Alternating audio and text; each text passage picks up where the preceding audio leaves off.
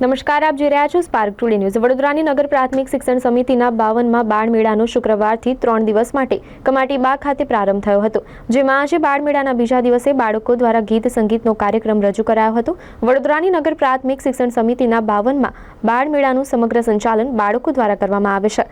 બાળ મેળામાં બાળકો સહિત 3 થી 4 લાખ લોકો મુલાકાત લેશે। આ વર્ષના બાળ મેળામાં પ્રથમવાર લેઝર શોનું આયોજન કરવામાં આવ્યું છે। બાળ મેળામાં 33 શૈક્ષણિક પ્રોજેક્ટનું પ્રદર્શન કરવામાં આવ્યા છે।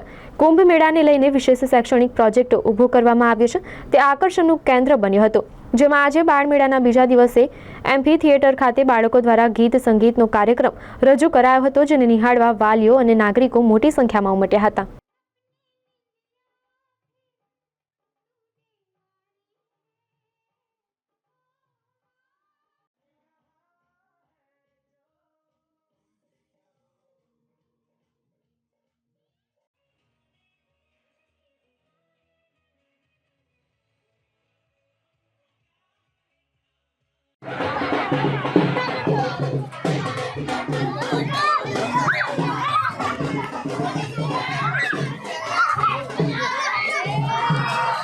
નગર પ્રાથમિક શિક્ષણ સમિતિમાં દર વર્ષની જેમ બી આ વર્ષે પણ 52મો બાળ મેળાનું આયોજન કરવામાં આવ્યું છે।